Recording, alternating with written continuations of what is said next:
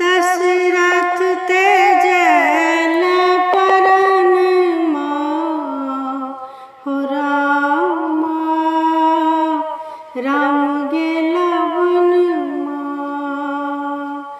राम गेला वन में, लखन गेला संग में, राम गेला वन में, लखन गेला संग में सिया सुकुमारी हो रामा,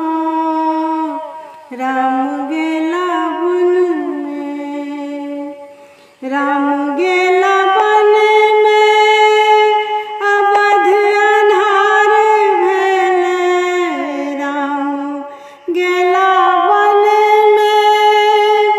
अवध अन्हार भेलै, राम बिनु सून भवन हो रामा, राम गेला वनमा। इहो पूजा से माता के कैले लनी,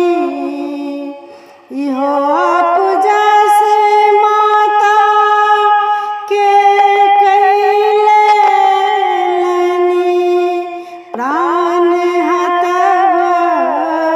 एहि क्षण हो रामा, राम गेला वनमा। तुलसीदास प्रभु तुम्हरे दरस के, राखू प्रभु अपन शरण हो रामा, राम गेला वनमा, राम